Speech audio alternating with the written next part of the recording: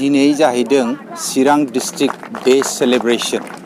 बे चिरां district day सेलिब्रेशनाव जोंनि district एडमिनिस्ट्रेशना माखासे डिपार्टमेन्टखौ लानानै मोनसे स्टल बाहाय होनाय जाहैदों, मिटिं जादों। दा बेजों लोगोसे जोंनि स्पर्ट्सखौबो प्रमोट खालामनो थाखाय माखासे कम्पिटिशन खालामनाय जाहैदों।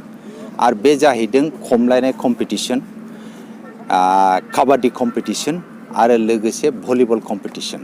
दा खमलायनाय कम्पिटिशना जोङो गासिबो जोंनि चिरां जिल्लानि जेसेबां प्लेयार्स दं बिसोरखौ लेंहरदों जोङो। साब जुनियर, जुनियर आरो सिनियर प्लेयारखौ लानानै जोङो मोनसे खमलायनाय कम्पिटिशन बाहाय लादों।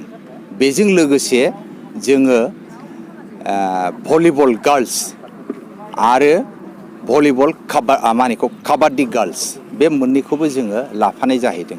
दा बेखौ लाफानाय जाहोनाया जादों मा, जाहा गार्ल्सफोरखौ स्पर्ट्सआव डेभेलप खालामनांगौ।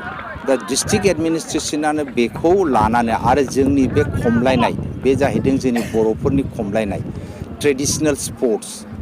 दा बे स्पर्ट्सखौ जों बोरै फोथांनानै दोननो हानाय, दा बेखौ नायनानै डिस्ट्रिक्ट एडमिनिस्ट्रेशना दिनै बेखौ खुंदों।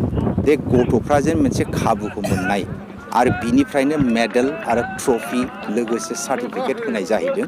दा बेजों मा जाहैगोन, जोंनि गथ'फ्रा बबेबा जुदि कम्पिटिशन खालामहैनाय बा नैबे मा होनो बेखौ आर्मि बा पुलिस डिपार्टमेन्टआव रिक्रुटमेन्टआव थांनायाव डिस्ट्रिक्ट एडमिनिस्ट्रेशननिफ्राय मोनसे सार्टिफिकेट जुदि मोनोबा बे बिथांमोननि थाखाय बहुद इम्परटेन्स जागोन। दा ओंखायनो जोङो बेखौ खावलायहरदोंमोन डिस्ट्रिक्ट एडमिनिस्ट्रेशनसिम। डिस्ट्रिक्ट एडमिनिस्ट्रेशना बेखौ लानानै दिनै बे कम्पिटिशनखौ खुंनाय जाहैदों। जोंनि उद्देश्यआ बेनो जे जोंनि बर' हारिनि जे जाहा मोनसे खेला दङ खमलायनाय, बेजों लोगोसे जाहा गिला गेलेनाय, बाथा गेलेनाय, धब गेलेनाय, खिखर गेलेनाय गोबां दङ जाहा, खिन्थु बाहाय खमलायनायखौ लानाय जाहैदों।